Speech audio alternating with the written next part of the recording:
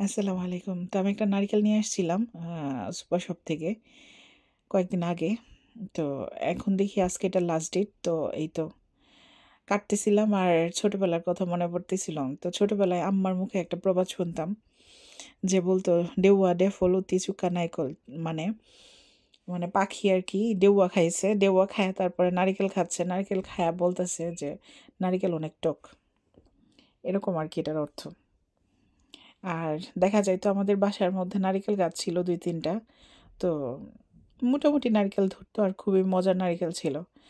আর যখনই ধরেন গাছ থেকে নারিকেল পাড়া হতো, দেখা যাইত আ আমি, আমার বোন, আমার ভাই-বোনরা দেখা যাইত কিছু নারিকেল একদম করতাম। মানে আম্মা দেখার আগেই আমরা লুকায় রাখতাম কাঁচা, কাঁচা নারিকেল যেগুলো আছে।